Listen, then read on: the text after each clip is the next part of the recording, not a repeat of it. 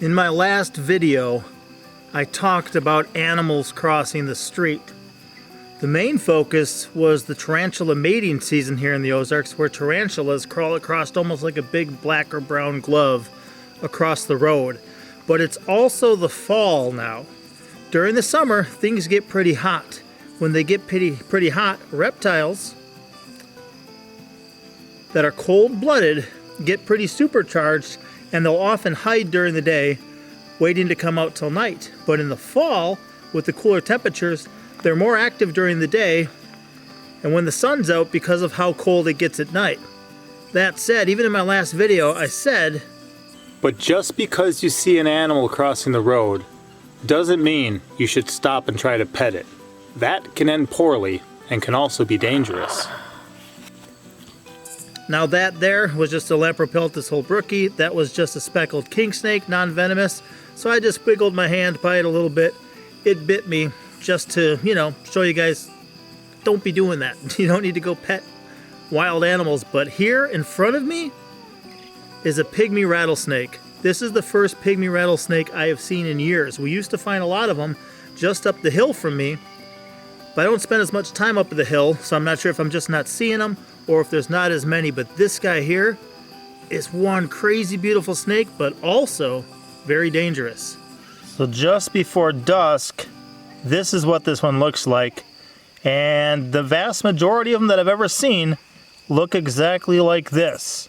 They don't get very long, so they're a smaller snake, and they give live birth, so they're not going to have eggs. But this is the color pattern of most of the ones I've ever seen. Now, some years back, I did find a melanistic pygmy rattlesnake, which was a really cool snake to see. It was pretty much black on black rather than the gray with the black with the brown. And it was amazing. I really wish I would have took some more video and some more photos. I'm very thankful to have the great photos of it that I did get, but I wish I would have had some more video. I'd never seen one like this before. I've never seen one like this since. And this was one that we found very close to where we were staying, so we moved it to a much more wild place. But they do come in some color variations as well. The western pygmy rattlesnake is one of the North American pit vipers. They are venomous and they have heat pits. You do not want to get bit by one of these, so it's best to exercise extreme caution around them. Give them a wide berth, leave them alone when you're able to, and just be aware of your surroundings.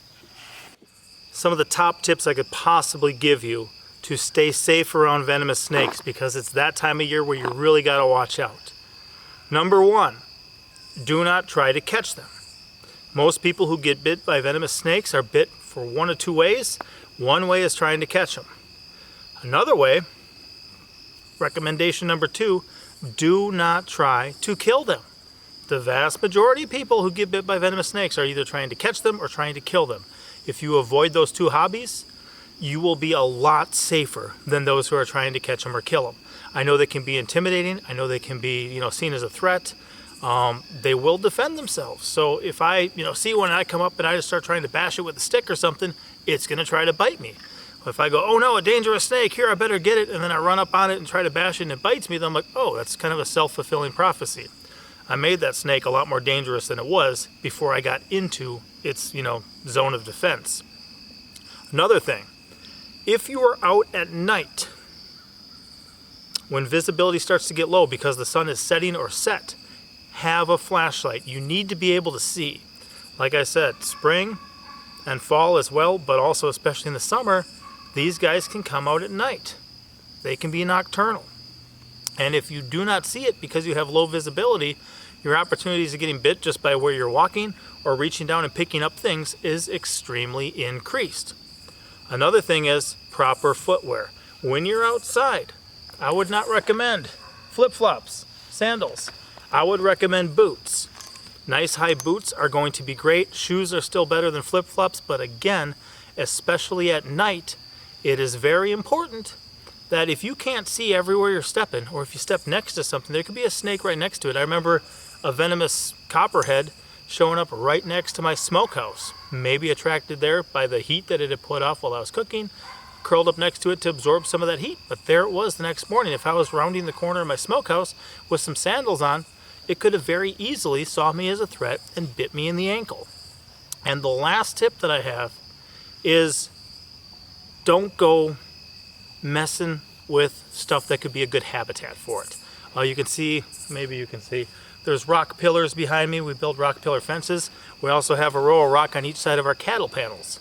That's a great place for them to live. If I see a little lizard, or if one of my little peppers sees a little lizard that, you know, cute, not a threat, it runs into a hole there and you start digging in there, well, just because you saw a lizard go in there doesn't mean the lizard is the only thing that's in there. Very easily, you could have something like a venomous snake hiding in there.